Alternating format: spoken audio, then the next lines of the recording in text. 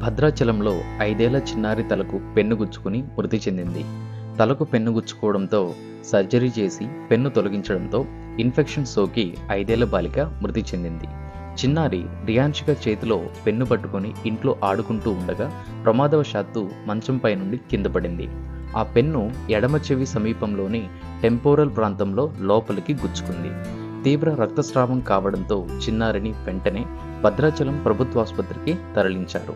అనంతరం చిన్నారిని ఖమ్మంలోని ఓ ప్రైవేట్ ఆసుపత్రికి తరలించగా అక్కడ న్యూరో సర్జన్ మంగళవారం అంటే జూలై 2న సర్జరీ చేసి పెన్ను తీశారు. అయితే సర్జరీ అనంతరం మెదడులో ఇన్ఫెక్షన్ ఏర్పడి బుధవారం నాడు అంటే జూలై 3న చిన్నారి మృతి చెందింది. భద్రాచలంలో మెకానిక్గా పనిచేస్తున్న ఆమె తండ్రి మణికంఠ 2 లక్షలకు పైగా ఖర్చు చేసిన కూతురిని కాపాడుకోలేక కన్నీరు మున్నీరయ్యారు.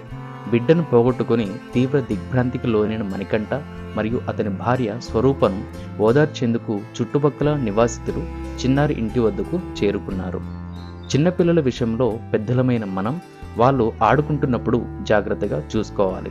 చిన్నారి మృతికి మన సమాచార్ యూట్యూబ్ ఛానల్ నుండి సంతాపం తెలియజేస్తున్నాము.